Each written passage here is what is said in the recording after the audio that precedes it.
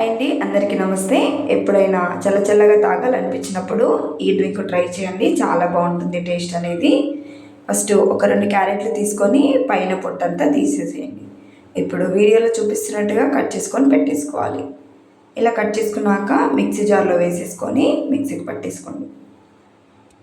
ఒక్కసారి మిక్సీకి పట్టేసుకున్నాక దీనిలోకి కొంచెం వాటర్ యాడ్ చేసుకొని మరొకసారి మిక్సీకి పట్టేసుకోవాలి. ఇలా పట్టేసుకున్నాక స్ట్రైనర్లో వడగట్టేసుకోండి. ఇప్పుడు ఈ జ్యూస్ అంతా ఒక పెట్టేసుకున్నాక అదే మిక్సీ జార్లో ఒక బనానా తీసుకొని కట్ చేసుకొని వేసేసుకోండి.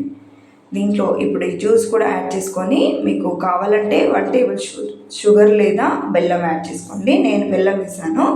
దీనిలోకి కొన్ని పాలు కూడా యాడ్ చేసుకొని ఇప్పుడు మళ్ళొకసారి మిక్సీ పట్టేసుకున్నాక సర్వ్ చేసేసుకోండి.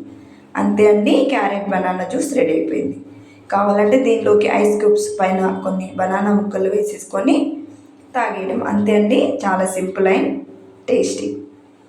వీడియో నచ్చితే లైక్ అండ్ షేర్, సబ్స్క్రైబ్.